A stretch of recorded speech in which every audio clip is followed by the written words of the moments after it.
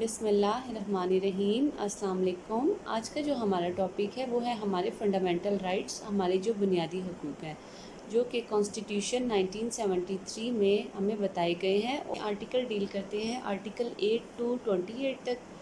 तो आर्टिकल 8 जो है वो कहते हैं कि कोई भी ऐसा लॉ नहीं बनाया जाएगा जो कि फंडामेंटल राइट्स के अगेंस्ट हो, और उसकी कोई भी जो कस्टम हो वो भी इन्फोर्सेबल बाय लॉ नहीं हो सकता अगर वो जो आगे फंडामेंटल राइट्स दिए गए हैं उनके अगेंस्ट हो। इसके साथ आर्टिकल 8 में एक और बात की गई है कि जो आर्म्ड फोर्सेस हैं या वो फोर्सेस जो पब्लिक एक पीस को मेंटेन रखती हैं, वो कोई भी लॉ बना सकती हैं एक पब्लिक पीस को मेंटेन रखने के लिए। आर्टिकल 9 जो इसे डील करता है वो कहता है कि no person shall be deprived of life and liberty except क्या है, इन अकॉर्डेंस विद लॉ। किसी भी शख्स को उसकी लाइफ से, उसकी लिबर्टी से उससे महरूम नहीं किया जा सकता, लेकिन अकॉर्डिंग टू लॉ अगर अकॉर्डिंग टू लॉ उसको जेल में भेजना है या उसकी लिबर्टी को इसको कन्फाइन करना है तो उस हद तक तो हो सकता है। अब हम देख लेते हैं आर्टिकल 10। आर्टिकल 10 में है safeguard as to arrest and detention.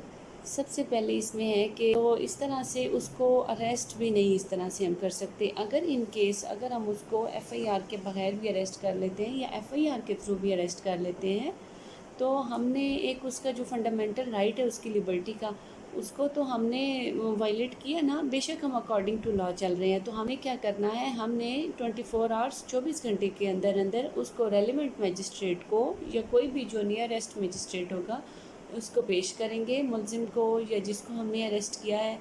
और उसको वो फिर जो मजिस्ट्रेट का फ़र्दर आर्डर होगा वो होगा कि इसको फ़र्दर इसको डिटेन रखना चाहिए या जुडिशल लॉकअप में भेजना चाहिए या इसको डिस्चार्ज कर देना चाहिए। और सेकेंडली ये है आर्टिकल 10 में ही जो उसकी अगर वो कोई भी अपनी मर्ज़ी के लॉयर हायर करता है और किसी से कोई भी लीगल मैटर्स डिस्कस करता है तो उससे भी हम उसको रोक नहीं सकते हैं। अब हम देख लेते हैं कि right of fair trial article 10A। इसमें ये होता है कि ये भी हर बंदे का एक बुनियादी हक़ है कि उसके साथ जो भी केसेस चल रहे हों उनका फेयर ट्रायल होना चाहिए। ये नहीं है कि कोर्ट किसी एक तरफ को झुकाव उनका ज़्यादा हो जाता है। आर्टिकल 11 में है स्लेवरी फोर्स्ड लेबर प्रोहिबिटेड। इसमें है स्लेवरी, ये जो ग़ुलामी होती है और जो कंपेल करते हैं, हम किसी को भी कोई भी काम करने के लिए मजबूर करते हैं, जिस तरह से बच्चों की है इस तरह से, या किसी भी को हम ख़रीद लेते हैं और हम उसको मुलाजिम रख लेते हैं, तो ये कॉन्स्टिट्यूशन में बिल्कुल उसको प्रोहिबिट किया गया है। इसमें ये है कि किसी भी तरह से जो इंसानी स्मगलिंग होती है बॉडी की और उसके पार्ट्स की, उसको भी मना किया गया है। और बच्चों की जो 14 साल से कम उम्र हो उनको कोई भी जो डेंजरस किस्म की माइंस होती हैं या कोई भी जॉब होती है तो उसमें उनको काम करने के लिए अलाउ नहीं किया जा सकता। सेकेंडली ये है कि अगर किसी को कोई पनिशमेंट जैसे रिगरस इम्प्रिजमेंट होती है कैदियों को जेल में कैद व मुशक्क़त, उससे नहीं उसको रोका जा सकता, वो तो अकॉर्डिंग टू लॉ उनको मिल रही है। अब हम देख लेते हैं आर्टिकल 12 प्रोटेक्शन है रिट्रोस्पेक्टिव पनिशमेंट के हवाले से। रिट्रोस्पेक्टिव पनिशमेंट कौन सी होती है कि वो होती है कि अगर एक इंसान ने आज एक काम किया है, आज वो लॉ नहीं है, आज उसकी कोई पनिशमेंट नहीं है, लेकिन इन फ्यूचर वो जो उसने वायलेशन आज की है, इन फ्यूचर वो एक लॉ बन जाता है ना, उसके अगेंस्ट में एक लॉ बन जाता है कि ये इसकी सज़ा इतनी होगी। जबकि आज अगर वो जुर्म कर रहा है तो उसकी सज़ा कुछ भी नहीं है। अगले 10 सालों बाद अगर वो उस जुर्म की कोई सज़ा लेजिस्लेचर बता देते हैं तो उसमें ये नहीं होगा कि हम उसको पकड़ के हम कहेंगे जी 10 साल पहले आपने ये जुर्म किया था, आज इसका ये कानून बन गया है और आज आपको ये सज़ा मिलेगी। सेम इस तरह से इसकी एक एग्ज़ाम्पल हम ये देख लेते हैं कि आज जो बंदा जो भी पनिशमेंट जो भी काम करेगा उसकी सज़ा उसको आज के लॉ के हिसाब से मिलेगी, ना कि उसको फ्यूचर में होगी। इस तरह से है कि अक्सर लॉज में बता दिया गया होता है कि इनका इफ़ेक्ट जो होगा रिट्रोस्पेक्टिव होगा या नहीं होगा, तो वो हम लॉ को भी इस मद्देनज़र रखेंगे। अगला जो हमारा फंडामेंटल राइट है वो है protection against double punishment and self incriminating statement जो हम देते हैं। यानी कि इसमें ये आ जाता है कि किसी बंदे को एक जुर्म, एक जो उसने काम गलत किया ना, उसकी डबल ट्रिपल सज़ा नहीं दी जाएगी। یہ نہیں ہے کہ اس کو ایک ہی جرم میں اس کو لاہور کی کورٹس بھی اور اسی ایک ہی جرم میں اس کو سرگودا کی کورٹس بھی ڈیل کر رہی ہوں، تو ایسا نہیں ہوگا۔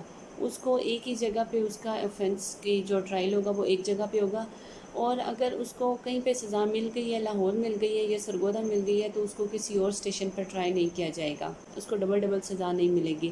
سیکنڈلی اس میں ہے کہ کوئی بھی جو اسٹیٹمنٹ ہے نا، کسی بھی بندے کو مجبور نہیں کیا جا سکتا وہ اپنے خلاف کوئی بھی اسٹیٹمنٹ دے، وہ اسٹیٹمنٹ اپنے خلاف کہ جو کہ اس کے اگینسٹ ہو، تو ہم اس طرح سے کسی کو مجبور نہیں کر سکتے۔ اب ہم دیکھ لیتے ہیں آرٹیکل 14۔ آرٹیکل 14 میں ہے انوالبلٹی آف ڈگنیٹی آف مین۔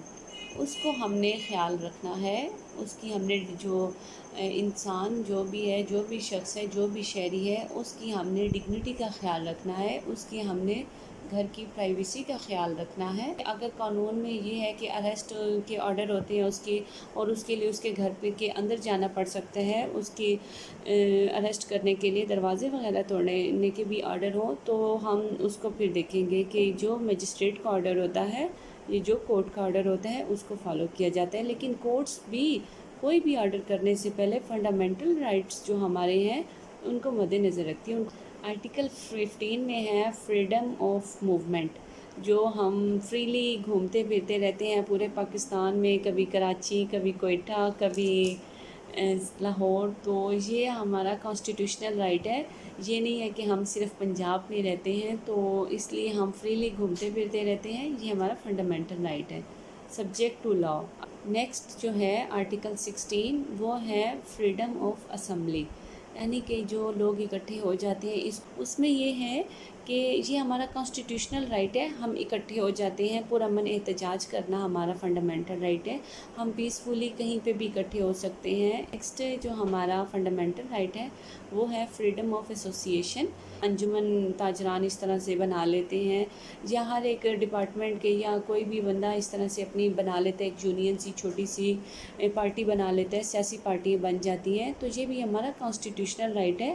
ہم اپنی پارٹیز اپنے آپ کو اسٹرانگ کرنے کے لیے، یونٹی کے لیے ہم یہ بنا سکتے ہیں۔ نیکسٹ جو ہمارا ہے آرٹیکل، وہ ہے آرٹیکل 18، وہ ہے فریڈم آف ٹریڈ، بزنس اور پروفیشن۔